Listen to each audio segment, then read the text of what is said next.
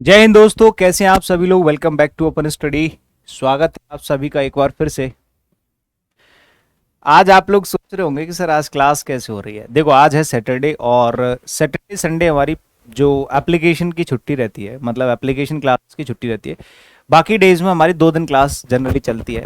और आज सैटरडे है तो आज की क्लास आप लोगों की हो रही है, क्योंकि मेरा मंडे को एक अपॉइंटमेंट है जो कि मुझे दूसरी जगह जाना पड़ेगा। ठीक है, तो दिल्ली से आगरा जाना पड़ेगा। तो मंडे को आप लोगों की छुट्टी रह सकती है। ठीक है, पॉसिबली छुट्टी रहेगी, ये मान के चलना। तो आज मैं आप लोगों को क्लास दे रहा हूँ जिससे कि आपका थोड़ा सा नुकसान ना हो। और फिर जैसे ही मंडे को मैं वापस आऊँगा तो मंडे ट्यूसडे से हमारी रेगुलर क्लास रहेंगी, और अगले हफ्ते मे बी कि आपको सैटरडे की भी क्लास होगी। और आने वाले टाइम में आप लोगों की 2 की बजाय, मतलब 2 क्लास तो रेगुलर रहेंगी ही। ठीक है, ट्यूसडे से आपकी 2 क्लास रेगुलर हो जाएंगी। उसके बाद भी आप लोगों को हो सकता है कि ग्रामर की भी 2 क्लास मिले। हो सकता है ग्रामर की 2 क्लास मिले तो बाकी की कोई क्लास ना मिले, या अगर 3 क्लास मिल सकती है तो 3 क्लास भी हो सकती है। मतलब रेडी फॉर द बेस्ट। ठीक है, तो तैयार है ना सभी लोग। बाकी आज की क्लास हम लोग शुरू करते हैं, और पहले ही बता देता हूं मंडे की आपकी छुट्टी रहेगी। ठीक है, चलिए शुरू करते हैं आज की क्लास। और नया चैप्टर स्टार्ट हुआ है कल। तो जितने लोगों ने पहली क्लास नहीं देखी वो देख लें, अगर नहीं भी देखी है तो भी बहुत ज़्यादा कोई इशू नहीं है। लेकिन बस एक ही बात बोलूंगा, जो पहली क्लास में मैंने आपको एक चीज़ समझाई थी जिसको शायद ही आप लोगों ने सीरियस लिया हो। ठीक है, वो था आपका ये टेबल है आपकी प्रोनाउन टॉपिक की। और सभी को नमस्कार। देखो, गुड इवनिंग बोल देते हो यार नीलेश तुम। गुड आफ्टरनून तक चलता है, गुड मॉर्निंग भी चलता है, गुड इवनिंग कैसे बोल दो यार 2 बजे है। नहीं, ठीक है, तो गुड आफ्टरनून ठीक है। हाँ, प्रणाम टॉपिक स्टार्ट हो रहा है। एक क्लास हो चुकी है, दूसरी क्लास अभी होगी। अगर आपने टेबल याद नहीं करी है, टेबल नहीं समझी है, तो आगे कुछ भी समझ में नहीं आने वाला। स्पेशली इसमें से 2-3 चीजें तो याद होनी चाहिए। एक तो पॉजेसिव एडजेक्टिव, पॉजेसिव प्रोनाउन, और रिफ्लेक्सिव प्रोनाउन, ये याद होनी चाहिए। चलो मेरे साथ मिल करके थोड़ा सा रिवाइज कर लो। अगर मैं आपसे पूछूं कि बताओ आई का ऑब्जेक्ट क्या होता है, तो आप बताओगे मी। मैंने कहा पॉजेसिव एडजेक्टिव क्या होता है, तो बताओगे my. Possessive pronoun mine. Reflexive pronoun myself. We, we का object us. Possessive adjective our. Possessive pronoun ours. Reflexive pronoun ourselves. ठीक है, जहां पर प्लूरल होता है सेल्स और सिंगुलर होता है सेल्फ। ठीक है, यू का object you. Possessive adjective your. Possessive pronoun yours without apostrophe. Your self और योर सेल्स दोनों होते हैं, दोनों से होते हैं। ही का object him. Possessive adjective his. Possessive pronoun भी हिज। सी का ऑब्जेक्ट हर होता है और पॉजेसिव एडजेक्टिव हर होता है, लेकिन पॉजेसिव प्रोनाउन हर्स होता है। ऐसे याद करोगे, आपकी मर्जी है, कर लो, बस आपको याद होनी चाहिए। लेकिन मैं आपको सलाह दूंगा कि आप ऐसे करके याद करोगे, जल्दी याद होंगे और भूलोगे भी नहीं। मैंने कहा बताओ सारे के सारे पॉजेसिव एडजेक्टिव्स, तो आप कहोगे my, our, your, his, her, its, their, once. एक बार फिर से, my, our, your, his, her, its, their, once. एक बार फिर से, my, our, your, his, her, its, their, once. ऐसे करके याद कर लो। Mine, ours, yours, his, hers. It का कुछ नहीं होता, देयर्स और वंस। वंस में फर्क देख लेना, यहाँ पर अपोस्ट्रोफी नहीं है, यहाँ पर अपोस्ट्रोफी है। यहाँ पर एस नहीं है, यहाँ पर एस है। यहाँ पर इट्स का पॉजेसिव एडजेक्टिव तो होता है, पॉजेसिव प्रोनाउन कुछ नहीं होता। हर्स में देखो अपोस्ट्रोफी नहीं है, सिंपल एस लगा हुआ है। योर में देखो अपोस्ट्रोफी नहीं है, सिंपल एस लगा हुआ है। तो ये याद रखना, कुछ लोग इसमें अपोस्ट्रोफी एस लगा देते हैं, गलत हो जाएगा। ठीक, इसका एक पॉइंट मैं आपको अभी बताऊंगा। कुछ लोग आपको ऐसे करके लिख के दे देते हैं योर्स। ठीक है, योर्स, ये गलत हो जाता है। ठीक है, ये मैं आप लोगों को पिछली क्लास में बता चुका हूँ। हाँ, या फिर अभी और बता देता हूँ अच्छे से, जरा ध्यान से सुनना। अभी बताऊंगा थोड़ी देर में, लेकिन उससे पहले मैं आपको एक चीज और समझाना चाहता हूँ। जो कल हम लोगों ने पढ़ा था टाइप ऑफ प्रोनाउन, यानी कि काइंड्स ऑफ प्रोनाउन में सबसे पहला काइंड हमने पढ़ा था इंटेरोगेटिव प्रोनाउन। ठीक है, इसमें से एक छोटी सी चीज,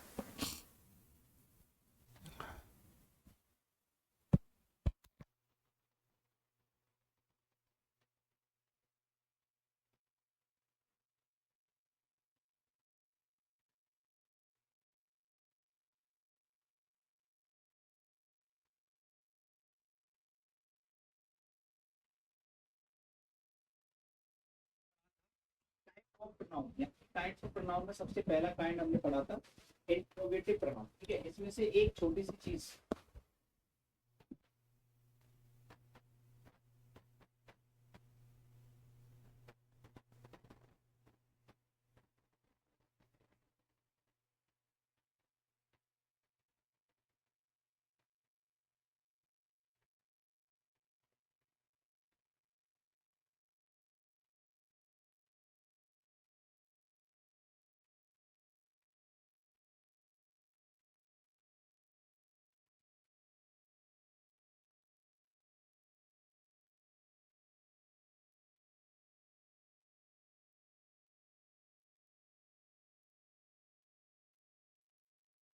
अब बताना वॉइस प्रॉब्लम ठीक है।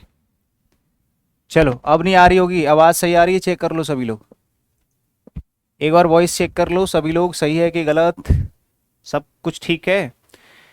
तो मैं आपको बता रहा था कि इंटेरोगेटिव प्रोनाउन हमारा चल रहा है, और इंटेरोगेटिव प्रोनाउन में मैंने कुछ चीजें बताई थी कि जितने भी हमारे इंटेरोगेटिव वर्ड्स होते हैं वही इंटेरोगेटिव प्रोनाउन होते हैं। बस बात यह है कि वो नाउन या प्रोनाउन की जगह, यानी कि सॉरी सब्जेक्ट या ऑब्जेक्ट की जगह यूज होने चाहिए, तभी वो प्रोनाउन होंगे।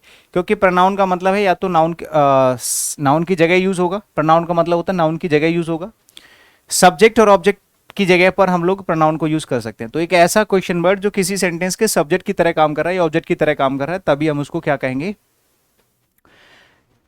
इंटेरोगेटिव प्रोनाउन कहेंगे। बाकी ये इंटेरोगेटिव वर्ड एडजेक्टिव का भी काम कर लेते हैं, अगर नाउन से पहले लिखे होंगे तो इंटेरोगेटिव एडजेक्टिव हो जाएंगे। कंजंक्शन का भी काम कर लेते हैं, बीच में आते हैं तो interrogative conjunction.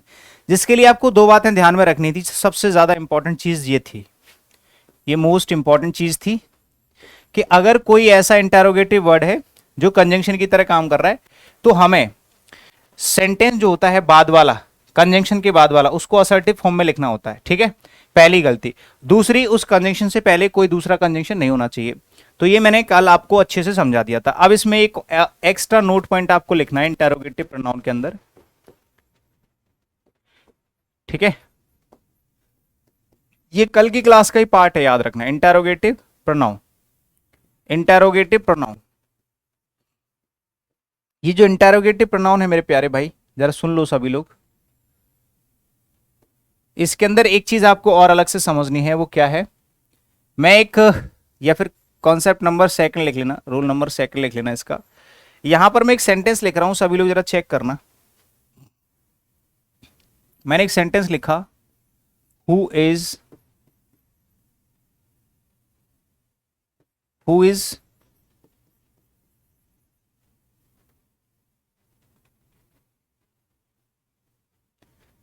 Is better, Virat Kohli और धोनी। मान लो मैंने एक सेंटेंस लिख दिया, who is better, Virat Kohli और धोनी।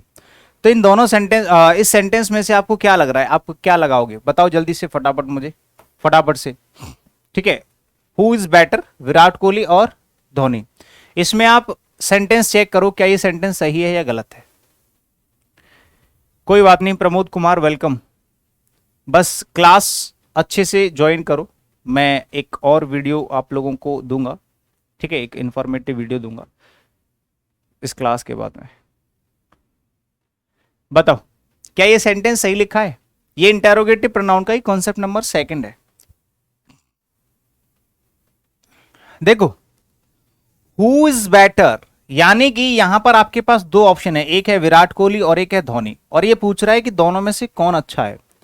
तो जब हम किसी सेंटेंस के अंदर एक से ज्यादा लोगों में से या एक से ज्यादा कैंडिडेट्स में से किसी एक को सेलेक्ट करके, चूज करके ये पूछते हैं कि बताओ ये सही है ये गलत है, मतलब सिलेक्शन जब किया जाता है एक सेंटेंस में, तो वहां पर एक इंटेरोगेटिव प्रोनाउन हु का यूज नहीं किया जाता है, यहां पर हमें विच का यूज करना होता है। इसका ध्यान रखना, ये भी आपका एक इंपॉर्टेंट पॉइंट हो जाता है।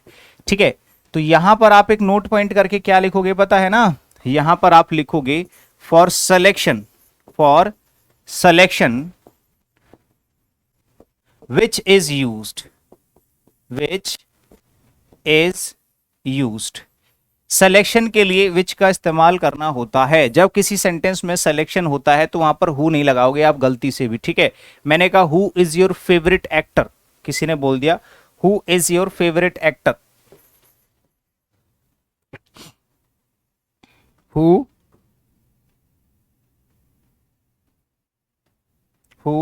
इज योर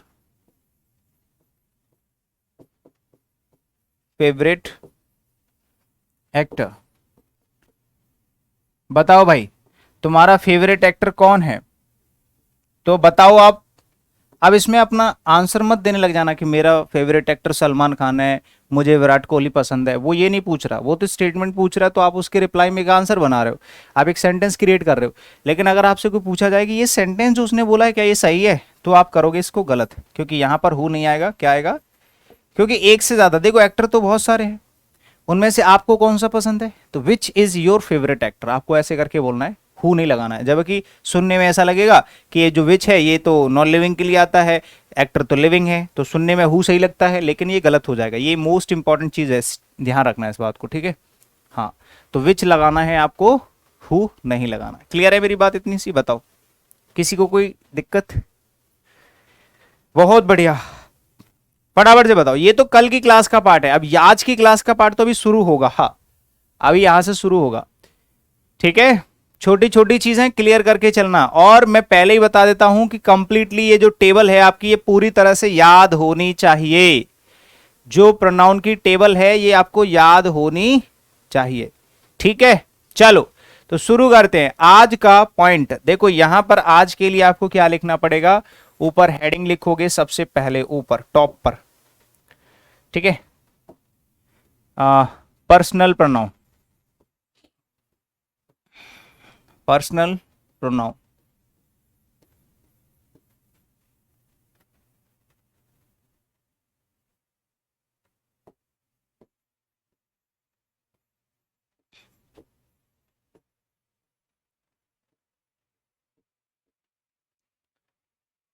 हाँ, ऊपर हेडिंग डालनी है क्या, पर्सनल प्रोनाउन। अब पहले पर्सनल प्रोनाउन के बारे में थोड़ी जानकारी लेंगे कि ये जो टाइप है ये टाइप सेकंड है, याद रखना, ठीक है। काइंड या फिर टाइप सेकंड लिख लो। सेकंड पॉइंट, सेकंड टाइप जो है प्रोनाउन का वो क्या है, पर्सनल प्रोनाउन। अब आपको पर्सनल प्रोनाउन पढ़ना है। इंटेरोगेटिव प्रोनाउन आपने अच्छे से पढ़ लिया। इंटेरोगेटिव प्रोनाउन में आपने दो तीन चीजें सीखी जिनसे आपका क्वेश्चन बन सकता है। एक तो हु की जगह विच आता है कब, जब सिलेक्शन की बात होती है। दूसरा, अगर कोई इंटेरोगेटिव वर्ड है वो कंजंक्शन की तरह काम कर रहा है तो बाद वाला सेंटेंस असर्टिव में होगा, ठीक है। ये चीज क्लियर है। अब पर्सनल प्रोनाउन के अंदर आपको छोटे छोटे कई सारे कॉन्सेप्ट सीखने होंगे, ठीक है। जैसे मैंने कहा पर्सनल प्रोनाउन के अंदर क्या क्या पढ़ना है, वो उसका कंटेंट्स पहले यहां पर लिख देता हूं, ठीक है। पहला कॉन्सेप्ट होगा, बहुत सारे स्मॉल कॉन्सेप्ट्स होंगे, छोटे छोटे कॉन्सेप्ट्स होंगे, ठीक है। इसके नीचे ऊपर लिख लो कंटेंट्स। ये तो कंटेंट्स है, यानी कि जो आपको पढ़ना है उसकी लिस्ट यहां पर बना देता हूं, ठीक है। क्या क्या पढ़ना है जरा समझ लेते हैं। आपको सबसे पहले जो पहला पॉइंट है वो आपको पढ़ना है 1 2 3, या फिर पहले पॉइंट के भी दो पार्ट हैं, ए 1 2 3 और 2 3 1, और इसका एक है बी पार्ट जिसमें आपको आर और योर, इसमें से कौन सा पॉजेसिव एडजेक्टिव कहां पर यूज किया जाता है ये सीखना है। ए और बी दो कॉन्सेप्ट आपको सीखने हैं पहले वाले कॉन्सेप्ट में। दूसरे वाले कॉन्सेप्ट में आपको क्या पढ़ना है, late plus object,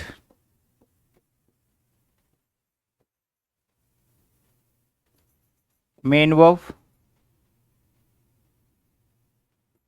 main verb plus object. चौथा,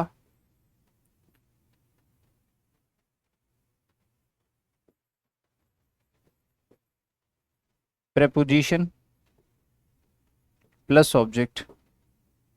अगर आपको प्यार से हर एक चीज अच्छे तरीके से सीखनी है, जहां से कोई भी एक वीक पॉइंट आपका ना बचे जिससे आपको आगे चल के दिक्कत हो, तो आपको चीजें ऐसे ही सीखनी पड़ेगी, ठीक है। प्रेपोजिशन प्लस ऑब्जेक्ट, टेंशन मत लेना, एग्जाम से पहले सिलेबस मैं कंप्लीट करा दूंगा। उसके बाद आता है B plus subject, B plus subject. छठवा है आपका देन और एज प्लस सब्जेक्ट और ऑब्जेक्ट। अब ये आपको लग रहा होगा कि सर ये क्या लिखे जा रहे हैं, मेरी तो कुछ समझ में आ नहीं रहा है, अभी समझाने वाली बात शुरू नहीं हुई है, तो आप परेशान तो हुआ मत करो मेरी क्लास में, ठीक है। 6 पॉइंट हो गए भाई। हम्म, एक और लिख लो, जगह नहीं है इसमें।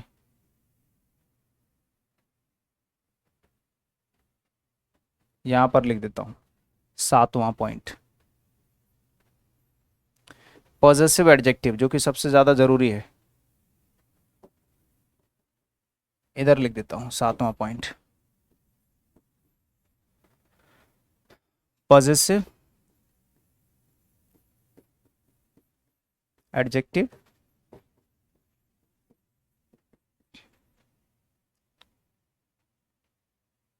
Possessive adjective plus Geraint.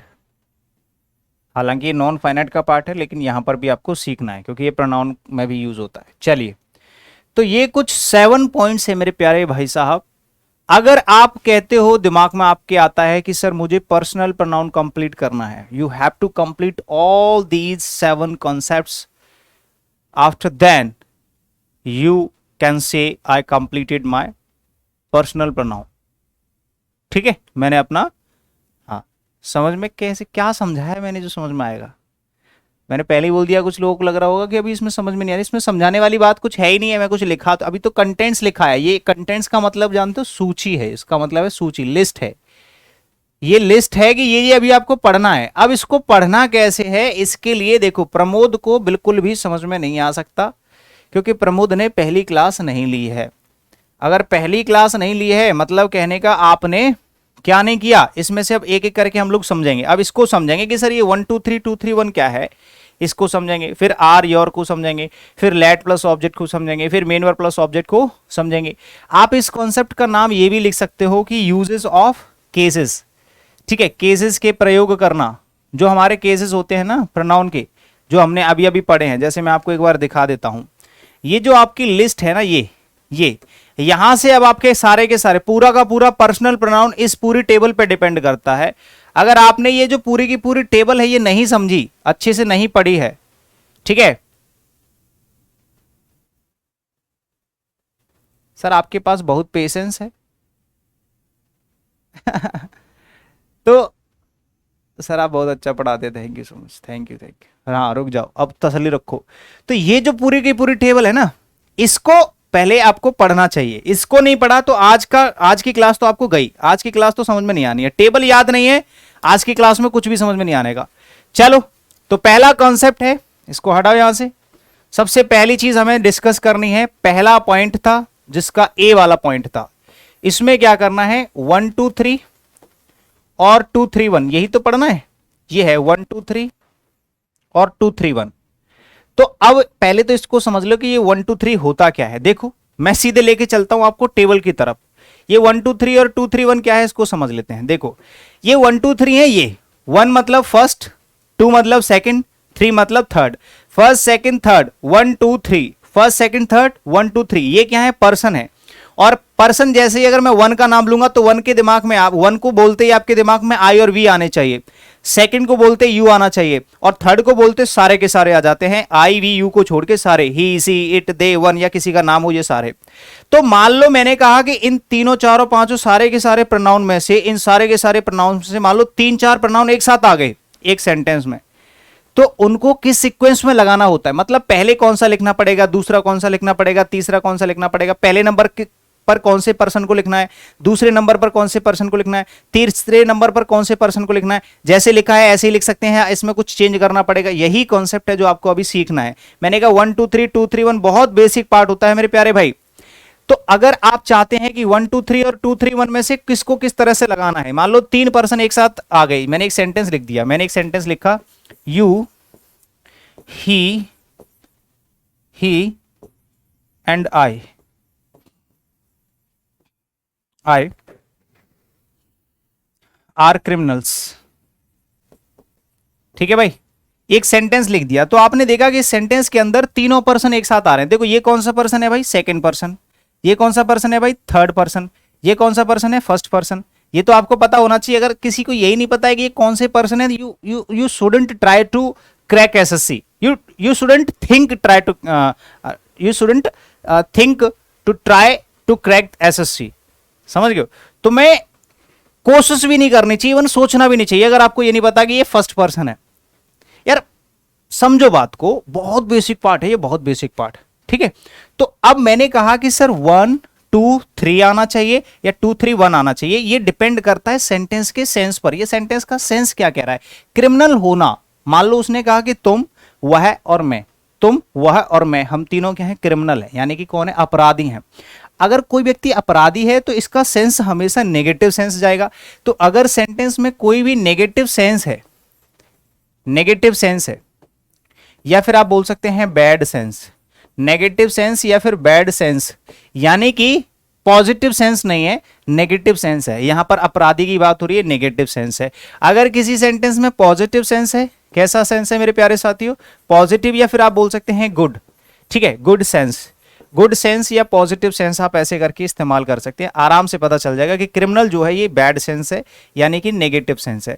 जब सेंटेंस में सेंस ही नेगेटिव है तो आपको वहां पर लगाना है 1 2 3, ठीक है। इसकी ट्रिक भी बता दूंगा। 1 मतलब आई होता है, आई मतलब मैं, तो अगर कोई भी गलत काम हो रहा है, कोई भी गलत काम, तो सबसे पहले अपना नाम ले लो, यही अच्छा ही है। मान लो किसी का मर्डर हो गया तो सबसे पहले अपना नाम लो, अपने दोस्तों से भी पहले अपना नाम लो कि उसने नहीं, मैंने जो है मर्डर किया है। तो आप क्या करोगे, आप क्या करोगे, सबसे पहले अपना नाम लोगे। अब ये क्रिमिनल है तो सबसे पहले अपना नाम, लेकिन आज के टाइम पे ऐसा होता नहीं है। तो ये सेंटेंस कैसा हो गया, गलत कि सही, ये सेंटेंस गलत हो गया। अगर आप इसको सही करना चाहते हैं तो कैसे लिखोगे, इसको लिखोगे आई, पहले फर्स्ट पर्सन, फिर सेकंड पर्सन यू, यू, फिर थर्ड पर्सन एंड ही।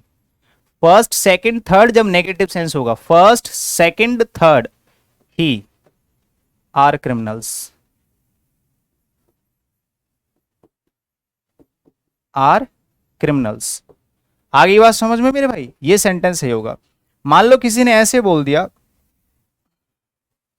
ये तो हो गया फर्स्ट सेकंड और ये आपका थर्ड, ठीक है। अब मान लो किसी ने ऐसे बोल दिया, I, you and he are best friends. अब बताओ, इस सेंटेंस को आप खुद से बताओगे कि इसमें क्या दिक्कत है, क्या ये सेंटेंस सही है, बताओ फटाफट से। Are you and he are best friends, क्या ये सेंटेंस सही है आपके हिसाब से? गुड सेंस और पॉजिटिव सेंस और नेगेटिव सेंस के बिहाफ पर आप इसको चेक कर सकते हो। बेस्ट फ्रेंड होना कोई गलत बात है क्या? अच्छी चीज है ना। बेस्ट फ्रेंड, देखो कोई भी गलत चीज नहीं होती, वो सारी अच्छी होती है। जो बस गलत नहीं होनी चाहिए वो सब अच्छी होती है। ऐसा नहीं है कि तुम किसी को दान करोगे तभी अच्छा करोगे, नहीं, किसी का बुरा नहीं कर रहे तो भी वो अच्छा है, बस सेंस नेगेटिव नहीं होना चाहिए, ठीक है। तो यहां पर देखो ये आई है first person, second person, third person, ये कब आता है, फर्स्ट सेकंड थर्ड कब आता है, जब नेगेटिव। लेकिन यहाँ तो ये पॉजिटिव सेंस है भाई, पॉजिटिव है, यानी कि बेस्ट फ्रेंड होना कोई गुनाह थोड़े ना है, तो ये पॉजिटिव सेंस हो जाएगा। जब पॉजिटिव सेंस है तो फिर यहां पर 2 3 1 लगाना चाहिए आपको, 2 3 1, यू, ही एंड आई, ये है आपका पहला कॉन्सेप्ट, आर बेस्ट फ्रेंड्स।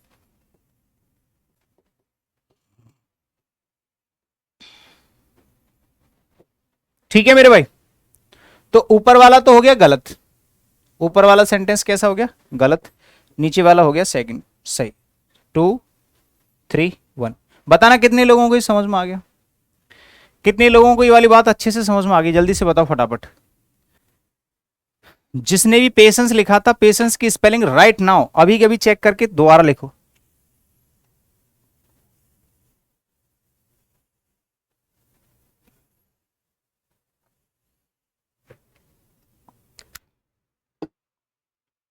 जल्दी, पेशेंस की स्पेलिंग गलत लिख दिया आपने। अब आ जाते हैं नेक्स्ट पॉइंट की तरफ। यहां पर भी आपको वही चीज सीखनी है। यहां पर आप ऊपर बनाओगे, पहला ही पॉइंट चल रहा है अभी पर्सनल प्रोनाउन में, पहला, और उसका बी वाला पॉइंट आपको समझना है पर्सनल प्रोनाउन के अंदर, ठीक है।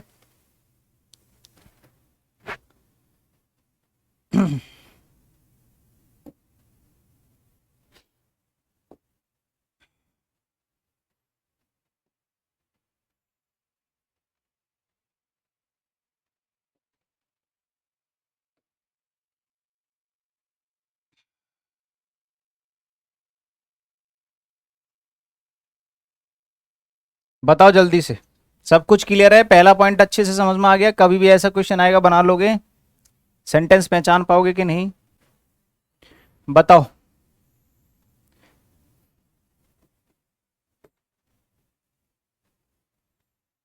पर्सनल प्रोनाउन का ये सेकंड, पहले वाले पॉइंट का ही, पहले वाले पॉइंट का बी वाला पार्ट है, ठीक है, बी वाला पॉइंट। यहां पर आपको क्या समझना है, बी पॉइंट में आर और योर। सर ये कैसे काम करते हैं? इससे पहले आर और योर को समझने के लिए पहले आपको दो चीजें समझनी होंगी। एक तो टेबल, टेबल के अंदर जो आपके पॉजेसिव एडजेक्टिव होते हैं ना, वो सारे के सारे आपको समझने पड़ेंगे, ठीक है। आपको सबसे पहले तो टेबल समझनी पड़ेगी, जो आपकी टेबल है ना पूरी की पूरी, वो समझनी पड़ेगी। उसके साथ साथ आपको एक और चीज समझनी पड़ेगी, इससे पहले वाला कॉन्सेप्ट, जस्ट इससे पहले वाला। यहां पर क्या करना है, आपको फिर से वही काम करना है। जैसे मान लो एक सेंटेंस लिख दिया मैंने, you he and I, you he and I R doing dash work. यहां पर आपको एक पॉजेसिव एडजेक्टिव फिल करना है,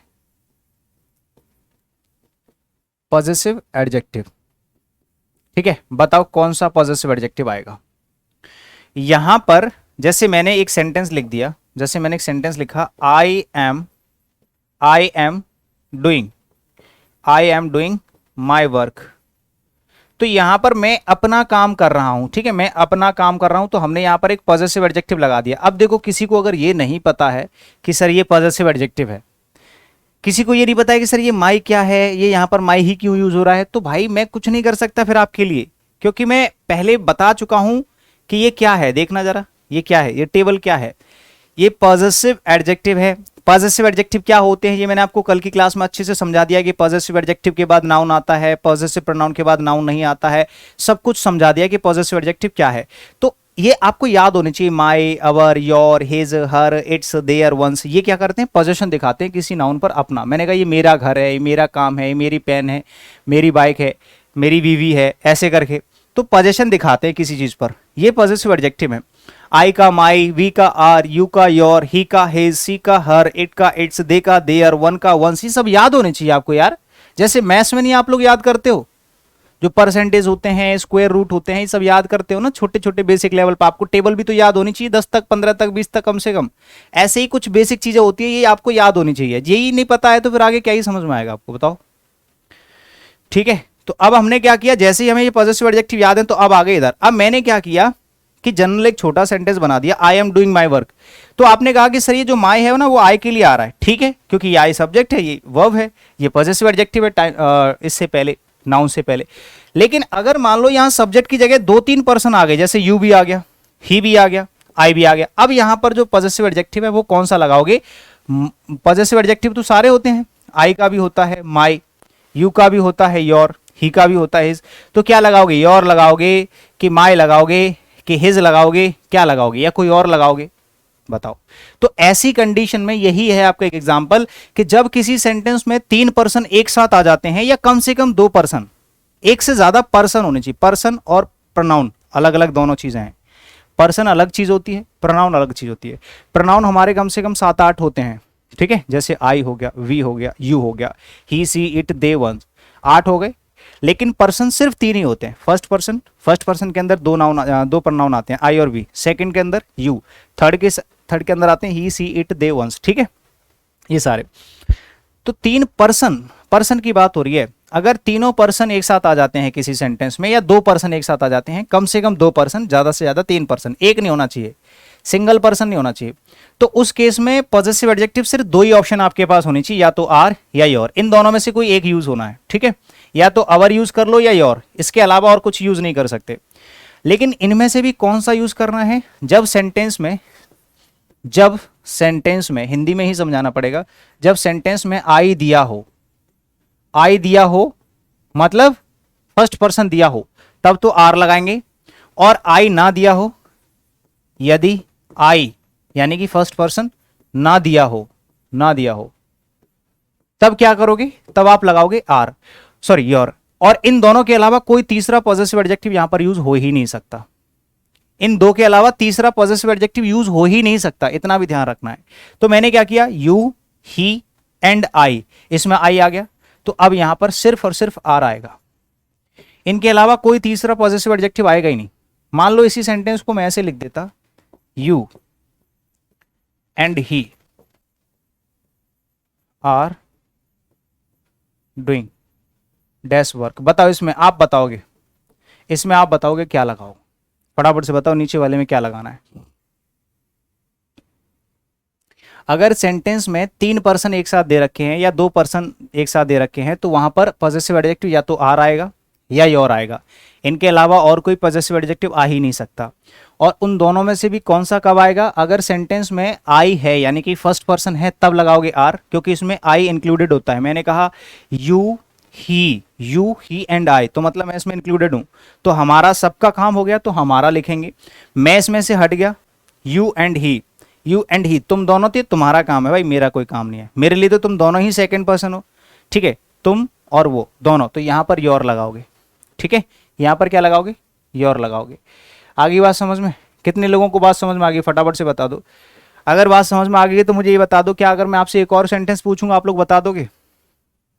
अगर मैं एक और सेंटेंस पूछूंगा आप लोग बता पाओगे? जल्दी बताओ। जैसे मान लो मैंने एक और सेंटेंस लिख दिया, he and she are doing dash work. बताओ इसमें क्या लगाओगे? फटाफट से बताओ, इस तीसरे वाले सेंटेंस में क्या लगाओगे?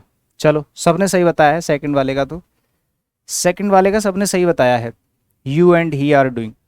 अब बताओ थर्ड वाले का, he and she are doing dash work, इसमें क्या लगाओगे? फटाफट बताओ, बताओ जल्दी। बस यही दो पॉइंट ऐसे थे जो थोड़े से समझ से बाहर थे, यानी कि आप लोग थोड़ा सा तकलीफ में आ सकते हैं। बाकी इसके बाद जितने भी कॉन्सेप्ट्स आएंगे सारे सारे सिंपल आएंगे।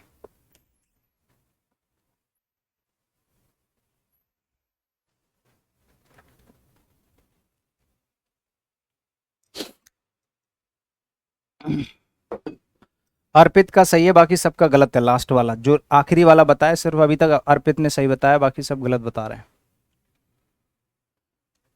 अंकित का भी गलत, लिली का सही है। तो इसे कहते हैं तुम्हारे दिमाग की घंटी बजना। दिमाग की घंटी कभी कभी जाम हो जाती है। इसमें देखोगे सबसे पहले पर्सन चेक करो, और ये सिर्फ तब आएगा, मैं यहां पर ऊपर लिख देता हूं, जब एक से ज्यादा पर्सन हो, जब दो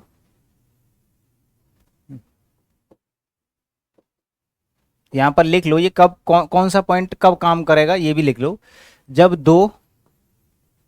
दो या 3 पर्सन एक साथ आए।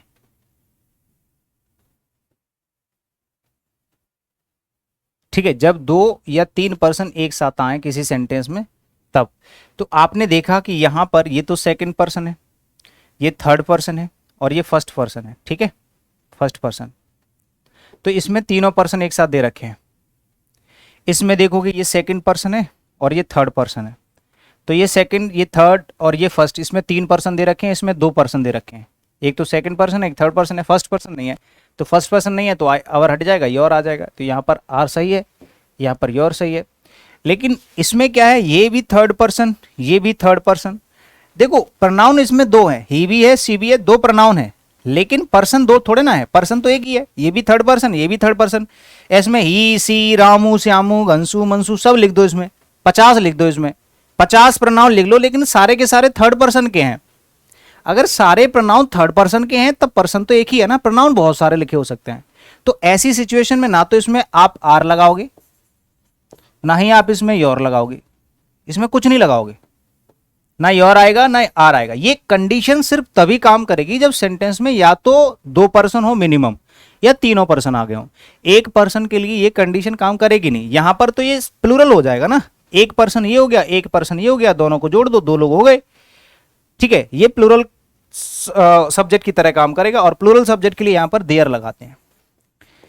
जब भी कोई हमारा सब्जेक्ट प्लूरल की तरह काम करता है तो वहां पर हमें देयर लगाना पड़ेगा। ठीक है, ये दोनों प्लूरल हो गए एक ही पर्सन के लिए। जब एक ही पर्सन के 2 प्रोनाउन या उससे ज्यादा प्रोनाउन आ जाते हैं तो उनको जोड़ करके प्लूरल बना दिया जाता है और वहां पर देयर लगाना होता है। यहां पर ना आर आएगा ना योर आएगा। अब बताओ कितने लोगों को यहां तक चीजें अच्छे से क्लियर हुई हैं? ये आपका एक कॉम्प्लिकेटेड टास्क बोल सकते हैं ये दोनों पहले वाले। ठीक है, पहला वाला तब भी इजी था, ये थोड़ा सा समझने लायक है। और ये ऐसा नहीं है कि ऐसे ही, ये मोस्ट इंपॉर्टेंट चीज है, मोस्ट इंपॉर्टेंट चीज है ये। ठीक है भाई, अब बताओ कितने लोगों को यहां तक चीजें समझ में आ गई, फटाफट से बताओ। अगर ये क्लियर हुआ तो आगे बढ़ सकते हैं कि नहीं, फटाफट बताओ, क्लियर है यहां तक?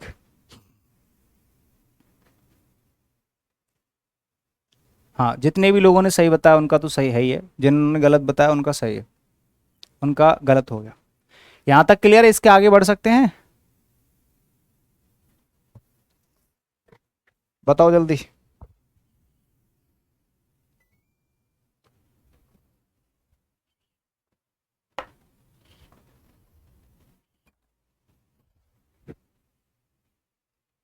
देखो, अब आगे चलते हैं। देखो, आपने जो मैंने अभी अभी इसमें लिखाया था पर्सनल प्रोनाउन वाला पार्ट, देखो इसमें ये दोनों कॉन्सेप्ट आपके क्लियर हो गए, 1 2 3 क्लियर हो गया। ठीक है, ये क्लियर हो गया और ये भी क्लियर हो गया। अब बचा क्या है, late plus object, main verb plus object, preposition plus object, इनको समझते चलते हैं। ठीक है, चलो तो यहां से हम लोग करेंगे शुरुआत।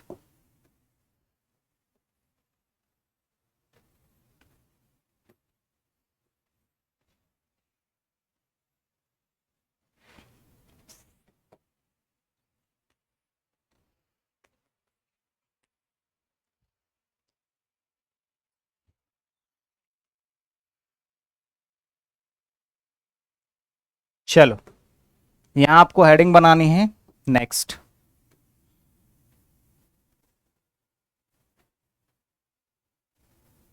देखो भाई, पर्सनल प्रोनाउन का पॉइंट नंबर सेकंड,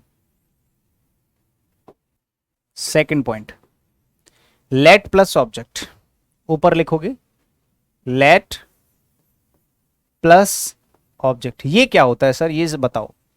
देखो, एक सेंटेंस के अंदर जब आप कोई प्रोनाउन लिखते हो, एक सेंटेंस के अंदर जब आप कोई प्रोनाउन लिखते हो, लेकिन वो प्रोनाउन लेट के बाद लिखा जा रहा है, तो देखो सबसे पहले तो लेट को समझ लेते हैं। लेट क्या है, एक वर्ब है। ठीक है, और इसके बगल में यहां पर कोई प्रोनाउन लिखा हुआ है। ठीक है, कोई भी प्रोनाउन लिखा हुआ है, तो आप इस प्रोनाउन को ऑब्जेक्टिव केस में लिखोगे। उसका एक रीजन है, मैं अभी आपको बता दूंगा। ऑब्जेक्टिव केस में लिखोगे। ठीक है, ये कॉन्सेप्ट होता है और ऐसा क्वेश्चन आपके एग्जाम में पूछा जाता है। इसके लिए पहले आपको एक बेसिक स्ट्रक्चर समझना होगा, जो कि मैं ऑलरेडी बता चुका हूं। सबसे पहले सब्जेक्ट है, उसके बाद मान लो वर्ब है, वर्ब, और उसके बाद ऑब्जेक्ट है। तो आपको भी पता है कि ये स्ट्रक्चर हमेशा ही काम करता है, आपका ध्यान रखना। यहां पर जब वर्ब से पहले कोई प्रोनाउन लिखा है तो वो सब्जेक्टिव केस में लिखा होना चाहिए, वर्ब के बाद में अगर कोई प्रोनाउन लिखा है तो ऑब्जेक्टिव केस में। समझ गए?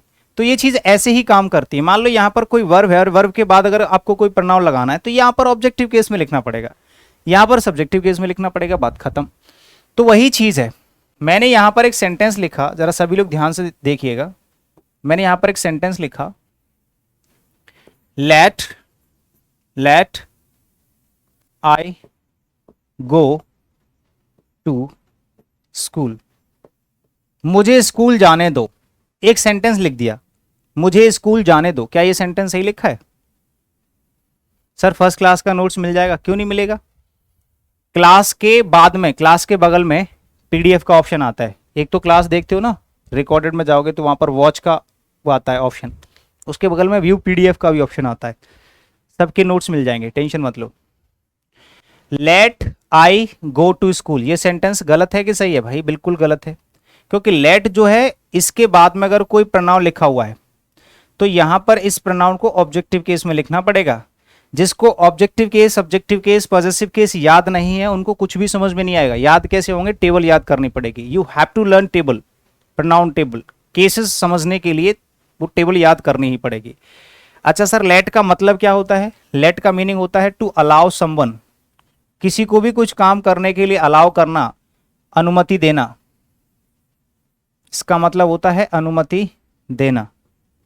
तो ये अनुमति मांग रहा है, let me go to school. ठीक है, किसी ने बोल दिया ऐसे करके,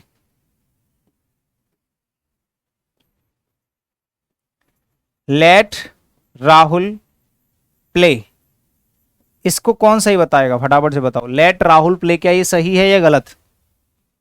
लेट राहुल प्ले, ये सही है या गलत? जल्दी बताओ, लेट राहुल प्ले ये सही है या गलत? कुछ लोग क्या करेंगे मैं आपको बता देता हूं, लेट राहुल को गलत करके वो यहां पर ऐसे कर देंगे लेट हिम प्ले। क्या ये सही है? बिल्कुल नहीं, ये और ज्यादा गलत हो जाएगा, ये और ज्यादा गलत हो जाएगा। लेट राहुल प्ले को लेट हिम प्ले मत कर देना, उसका भी एक रीजन बता देता हूं क्यों। लेट राहुल प्ले ये एकदम सही है, ये एकदम सही क्यों है सर? इसका रीजन बताता हूं कि जो नाउन होते हैं ना मेरे भाई, नाउन, नाउन तो यहां पर सेम रहते हैं, नाउन तो सेम रहता है भाई, यहां पर भी लिखो या यहां पर लिखो, नाउन तो दोनों सेम रहेंगे, ठीक है, नाउन तो सेम रहते हैं। यहां पर राम लिखोगे तो यहां पर भी राम लिखना पड़ेगा, राम के थोड़ा ना कोई ऑब्जेक्टिव केस सब्जेक्टिव केस होते हैं, लेकिन भाई प्रोनाउन जो है उनके केस अलग अलग होते हैं। जैसे अगर यहां पर ही लिख रहे हो या हिम लिख रहे हो दोनों में से, तो यहां पर ही गलत हो जाएगा, सॉरी ही सही हो जाएगा, हिम गलत हो जाएगा, सिर्फ ही आएगा हिम नहीं आएगा। लेकिन अगर इधर आप लिखना चाहते हो ही और हिम, तो इसमें दोनों में से देखो दोनों के केस अलग अलग होते हैं प्रोनाउन में, यहां पर ही गलत हो जाएगा, हिम सही हो जाएगा। तो जब प्रोनाउन को सब्जेक्टिव केस में लिखोगे तो सब्जेक्टिव केस में लिखना पड़ेगा सब्जेक्ट की जगह, ऑब्जेक्ट की जगह लिखोगे तो ऑब्जेक्टिव केस में लिखना पड़ेगा, क्योंकि प्रोनाउन के अलग अलग केसेस होते हैं, बट नाउन के अलग कोई केस की फॉर्म चेंज नहीं होती। राम तो यहां पर लिखोगे तब भी राम रहेगा, यहां पर लिखोगे तब भी राम रहेगा, सोनू का सोनू दोनों जगह रहेगा, राहुल का राहुल दोनों जगह रहेगा, टीचर का टीचर दोनों जगह रहेगा। टीचर्ड तो नहीं कर दोगे, टीचर तो नहीं कर दोगे, राहुल का राहुल्ड तो नहीं कर दोगे, राहुल तो नहीं कर दोगे, है कि नहीं? उनके थोड़ा ना केस होते हैं, केस सिर्फ प्रोनाउन के होते हैं, नाउन के केस नहीं होते हैं। हाँ इतना कह सकते हो कि यहां पर जो राम है ये सब्जेक्ट है, यहां पर ये जो राम है ऑब्जेक्ट है, बट इनके केस चेंज नहीं होते, राम राम ही रहेगा। आगे बात समझ में? बताओ, तो यहां पर राहुल सही है, राहुल की जगह हिम मत कर देना। एक और सेंटेंस बताओ, नाउन को चेंज नहीं करना है, सिर्फ प्रोनाउन को चेंज करना है।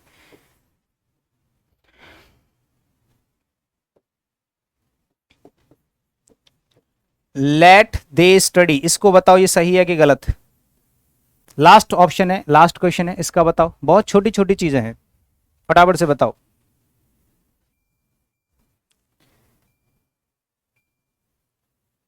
यहां पर जो लिखा है लास्ट वाला, इसको बताओ। Let them, sorry let they study, उनको पढ़ाई करने दो, सही है कि गलत? देखो भाई साहब कह रहे हैं let play Rahul, let his play. Ankit और आकाश दोनों का गलत है। लेट हिज प्ले क्यों करोगे? लेट राहुल प्ले ठीक है, राहुल नाउन है, नाउन को चेंज नहीं करना है, ठीक है। लेट दे गलत हो जाएगा, लेट देम करना पड़ेगा, क्योंकि दे का ऑब्जेक्ट क्या आता है? देम। तो कहने का मतलब यह है, हिंदी में अगर आप लिखना चाहते हो तो यहां पर एक चीज लिख सकते हो कि लेट के बाद यहां पर, इसके लिए नोट पॉइंट अगर लिखना चाहते हो तो, लेट एक वर्ब होती है, ठीक है, और उसके लिए यहां पर लिख लो, क्या लिखोगे? लेट के बाद, लेट के बाद प्रोनाउन का, प्रोनाउन का objective case, objective case use किया जाता है, यूज किया जाता है, नाउन का नहीं, नाउन सेम रहता है। अब तो समझ में आ जाएगा? बताओ, अब भी समझ में नहीं आएगा? लेट के बाद प्रोनाउन का ऑब्जेक्टिव केस यूज किया जाता है, नाउन सेम रहता है, नाउन नहीं बदलते हैं, सिर्फ प्रोनाउन का ऑब्जेक्टिव केस लिखना है। बताओ। बहुत बढ़िया। अब की बार सही बताया सबने, ठीक है। तो ये सेकंड वाला पॉइंट आपको समझ में आ गया। अब थर्ड पॉइंट की तरफ चलते हैं। थर्ड पॉइंट क्या था मैंने लिखा दिया है सारे लाइन से, एक बार इन सबको एक एक करके डिस्कस करेंगे। पहला पॉइंट हो गया, पहले के दोनों कवर हो गए। अब तीसरा let point, late plus object, ये कवर हो गया। चलो इस पे भी टिक लगा देते हैं। अब बचा मेन वर्ब प्लस ऑब्जेक्ट, तो ये तो आधा सा मैंने समझा ही दिया है लेट के साथ में। चलो तीसरा पॉइंट में भी, इसमें भी कुछ नहीं है, छोटी सी चीज है। तीसरे में तो कुछ है ही नहीं है, main verb plus object, main verb plus object, ये भी सेम है। इसमें क्या है, वही चीज है जो सेंटेंस का स्ट्रक्चर होता है ना। जैसे मान लो सब्जेक्ट है, उसके बाद हेल्पिंग वर्ब है, उसके बाद मेन वर्ब है, तो उसके बाद ऑब्जेक्ट, ठीक है। या फिर सब्जेक्ट है, हेल्पिंग वर्ब नहीं है, डायरेक्ट मेन वर्ब है प्लस ऑब्जेक्ट, तो दोनों को ही ऑब्जेक्टिव केस में लिखना है। यहां पर भी मेन वर्ब के बाद ऑब्जेक्ट केस आएगा, यहां पर भी मेन वर्ब के बाद ऑब्जेक्ट केस आएगा। ठीक है, आगे बात समझ में? ये छोटा सा पॉइंट है, सबको पता होता है। ठीक है, तो यहां पर भी आपको यही लिखना है कि main verb plus pronoun, main verb plus pronoun objective case. अगर किसी भी सेंटेंस के अंदर आप मेन वर्ब के बाद कोई प्रोनाउन लिख रहे हो तो उसको ऑब्जेक्टिव केस में आपको लिखना पड़ेगा। ठीक है मेरे भाई, मेन वर्ब के बाद प्रोनाउन को कौन से केस में लिखना पड़ेगा? ऑब्जेक्टिव केस में लिखना पड़ेगा, ये कॉन्सेप्ट है। आगे बात समझ में? एक एग्जांपल लिख के बताता हूं। जैसे मैंने कहा माय फादर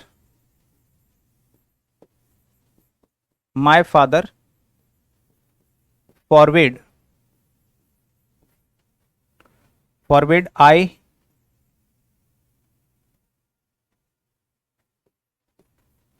सी एंड आई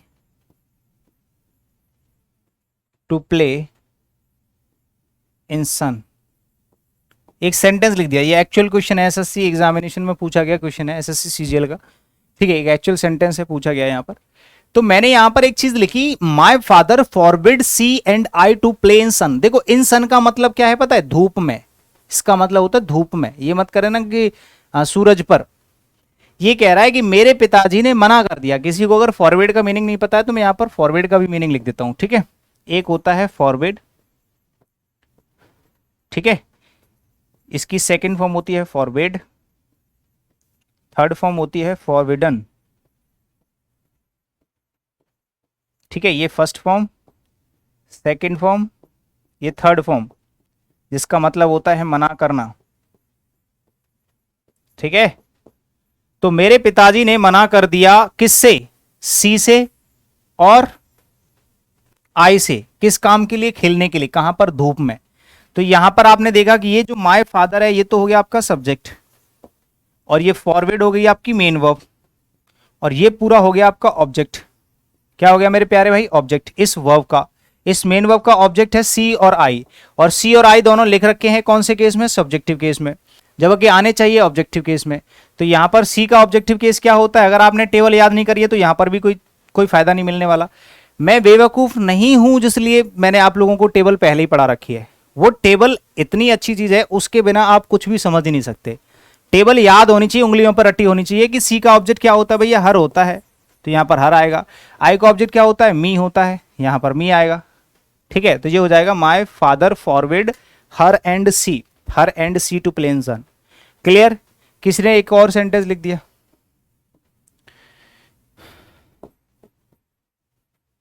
दे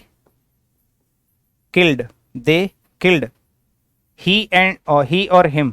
बताओ इनमें से ही और हिम में से क्या लगाना पसंद करोगे? बताओ फटाफट से। आई स्लैप्ड, सी और हर। फटाफट बताओ, जल्दी जल्दी। छोटी छोटी चीजें हैं, ज्यादा कुछ है नहीं है, ज्यादा दिमाग मत लगाओ, फटाफट फटाफट जवाब देते चलो। Her and me, very good. Her and me, very good.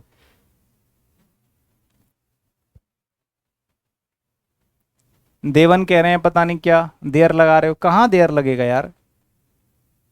इतना वीक लेवल कैसे हो सकता है तुम्हारा? कहां पर देर लगा रहे हो? देर तो पॉजेसिव केस होता है। जो भी ऐसे उठपटांग गलती कर रहे हैं ना, इनको टेबल याद ही नहीं है। और टेबल अगर याद नहीं है तो मैं किसी भी चीज का जिम्मेदार नहीं हूं, वरना मैं बता रहा हूं जहर खा लूंगा मैं। ऐसी हरकतें करोगे तो मैं जहर खा लूंगा। ठीक है? ये टेबल याद नहीं है तो इसके अलावा मैं किसी भी चीज का जिम्मेदार नहीं हूं। जिसको ये टेबल याद है वो गलती करेगा नहीं, बस दो ही चीजें। तो अगर आपका क्वेश्चन गलत भी हो रहा है, आप गलत जवाब दे रहे हैं, तो मुझे कोई टेंशन नहीं है, क्योंकि गलती आपकी है, मेरी कोई गलती नहीं है। ठीक है, मैं तो पूरा कर रहा हूं आपका, 100% दे रहा हूं। तो यहां पर देखो किल्ड जो है वो मेन वर्ब है ना। स्लैप्ड जो है ये भी मेन वर्ब है, और मेन वर्ब के बाद ये सब्जेक्ट है, ये ऑब्जेक्ट है। ठीक है, तो अगर कोई प्रोनाउन सब्जेक्ट की जगह लिखा है तब तो सब्जेक्टिव केस में आएगा। यहां पर दोनों सही हैं, दे और आई, ये सब्जेक्टिव केस में ठीक है। लेकिन यहां पर सब्जेक्टिव केस थोड़ा ना आएगा, मेन वर्ब के बाद तो ऑब्जेक्ट आता है।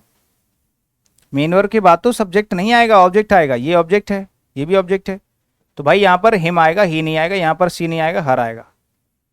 ठीक है भाई, इतनी सी बात समझ में आ गई। तो यहाँ पर अगर आप लिखना चाहो तो लिख सकते हैं नोट पॉइंट करके। क्या लिखोगे, लिख लो।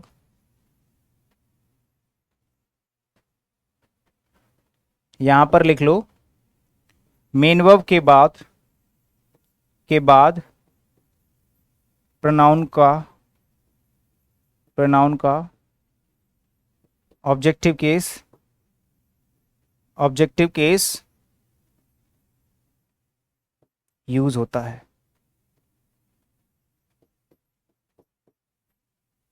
नाउन सेम रहता है, नाउन सेम रहता है। बताओ कितने लोगों को बात समझ में आ गई? बताओ फटाफट से, कितने लोगों को बात समझ में आ गई क्लियरली? अगर आ गई तो आगे बढ़ सकते हैं, यस और नो में जवाब दे दो जल्दी से।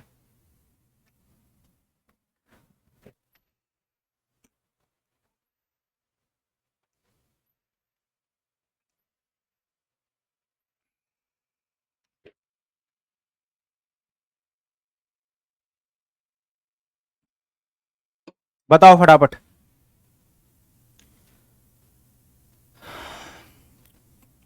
देखो, पर्सनल प्रोनाउन में मैंने कितनी चीजें बताई हैं आपको? एक तो 1 2 3 टी थ्रू 1 2 3 और 2 3 1 our your, let plus object, main verb plus object.